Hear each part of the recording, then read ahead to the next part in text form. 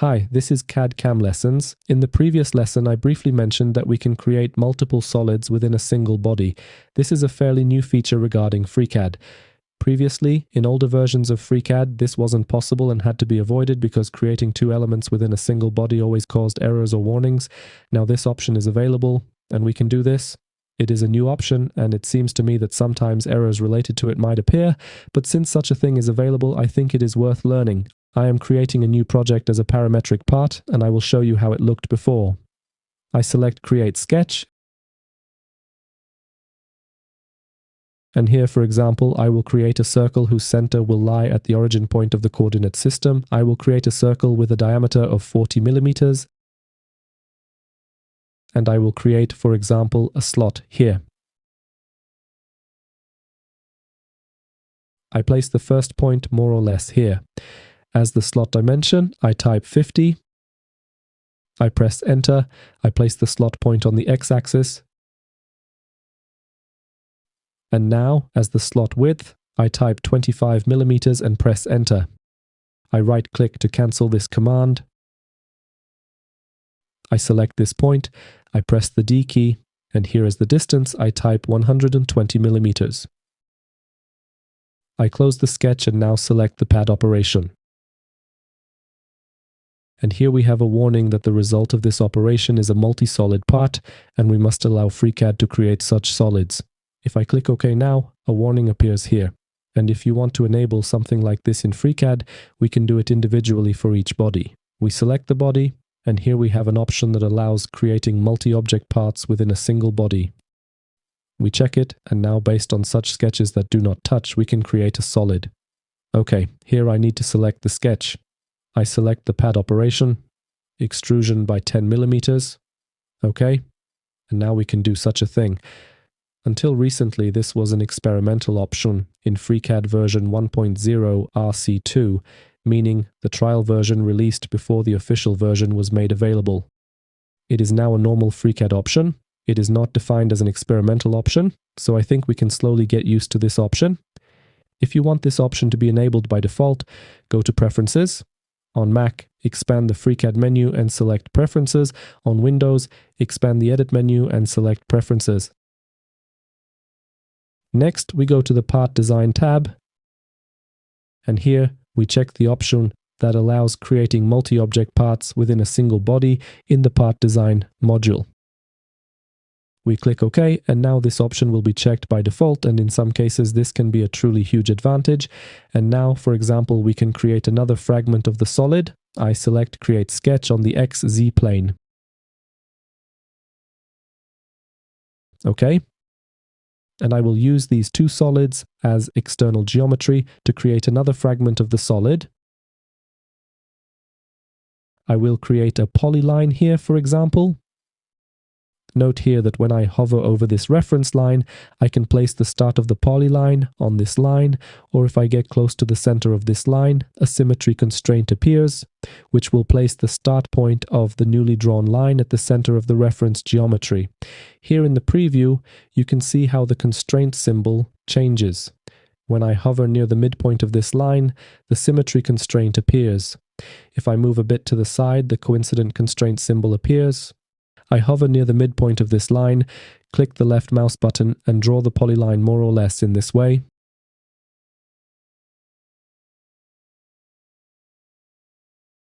And here I would also like to draw this polyline so that it ends in this place. That's why I place this point of the polyline more or less here and hover over this line. And here we have two constraints. A symmetry constraint appears, and a constraint that determines that this line I am drawing will be a vertical line.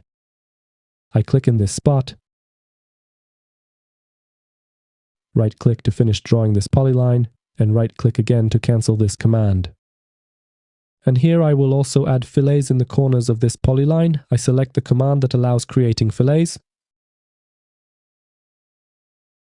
I right-click to cancel it. I press the D key to activate the dimensioning command. I select this fillet, and here as the radius value I type 20.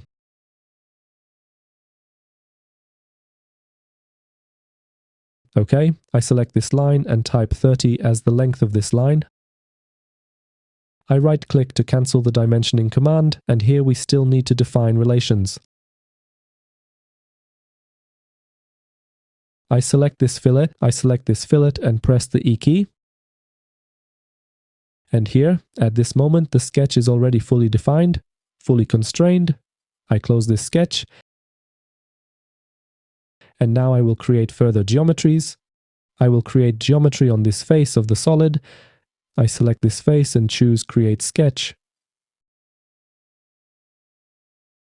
And here I will draw a slot whose first point will lie at the point of this line. For now, I right-click to cancel this command and I select the external geometry command to create reference geometry for this line. I care about this point because I want to use this point as the spot where I will place one of the slot points. I select the slot command and I place the first point of the slot in this place. As the slot dimension, I type 20, I press enter, and now I place the second point of the slot on the x-axis. When the x-axis is highlighted, I click the left mouse button. I don't have to do it exactly in this spot. I can click even here, and the second point of the slot will be constrained to the x-axis. And here, as the slot width, I type 5 millimeters. I press enter, and we have the slot created. I close the sketch, and now I will create another geometry on this face. I select this face, choose Create Sketch, and here I also select the slot command. Here, I will place the first point of the slot specifically at the origin point of the coordinate system. That's why I click in this spot. As the slot dimension, I will type 20 millimeters. I press enter. I place the second point of the slot on the y-axis. When the y-axis is highlighted, I click the left mouse button, and as the slot width, I will type, for example, 4 millimeters and press enter. I right-click to cancel this command. And here, however, I would like to change the position of this slot. I would like to place this slot so that the origin point of the coordinate system is at the center of the slot, so I want to move this slot a little, and here, at this moment, I cannot do that. I cannot move this slot because this slot is fully constrained. I need to locate the constraint I added here, which constrained the slot point to the origin point of the coordinate system, and it will be one of the constraints at the end of the constraints list. I select the constraints available on the constraints list, and it seems to me that it will be constraint 8, because when I click on constraint 8, this point gets highlighted. And here, regarding the other constraints, as you can see, these constraints are clearly visible in the drawing. But if we use a point-to-point coincidence, this constraint symbol is not displayed, and it is a bit difficult to locate this constraint, but I more or less know which constraint it is. I know it is a coincident constraint, so I look for this constraint on the list, and after clicking this constraint, this specific point highlights and I can delete this constraint. I right-click here, select delete, and now I can change the position of this slot. This point is constrained to the y-axis, so when I grab this point, the slot will not be rotated. But this point no longer has any constraint, so if I grab this point, I can change the position of this point, but here I want to apply a symmetry constraint anyway. Therefore, I select this point, I select this point, and I select this point as the third point, which will be the symmetry point, and I press the S key. And here the symmetry constraint has been applied. So here in this example, I also wanted to show you that sometimes when we create some geometry, everything might not be clear immediately, and sometimes you need to remove a constraint. And you can do this by selecting the constraint on the geometry, or you can simply look for this constraint on the constraints list.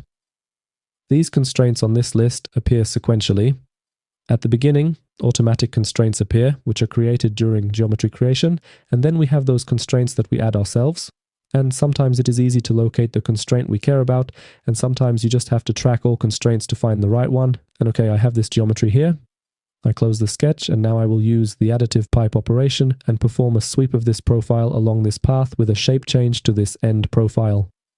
And to do this, I select the start profile. I choose the additive pipe operation. Next, I click the object button and indicate the path. And here this sweep looks like this. And now I go to section transformation. I select multi-section, click the add section button, and indicate this sketch as the end profile. I click OK, and we have something like this. I wanted to show this here as a curiosity. Previously, in older versions of FreeCAD, if you wanted to create something like this, you had to do it in such a way that first we created this fragment of the solid, later we created sketches of profiles and paths, we created the additive pipe operation, and only then could we create a sketch on the end face of this solid fragment, and we could create another fragment of the solid. Now, in the new version of FreeCAD, we can start, as it were, from the base, and later we can connect this base.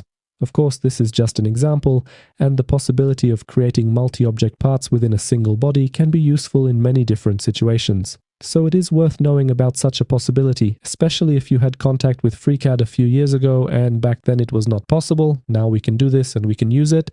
And okay, we will end this lesson here.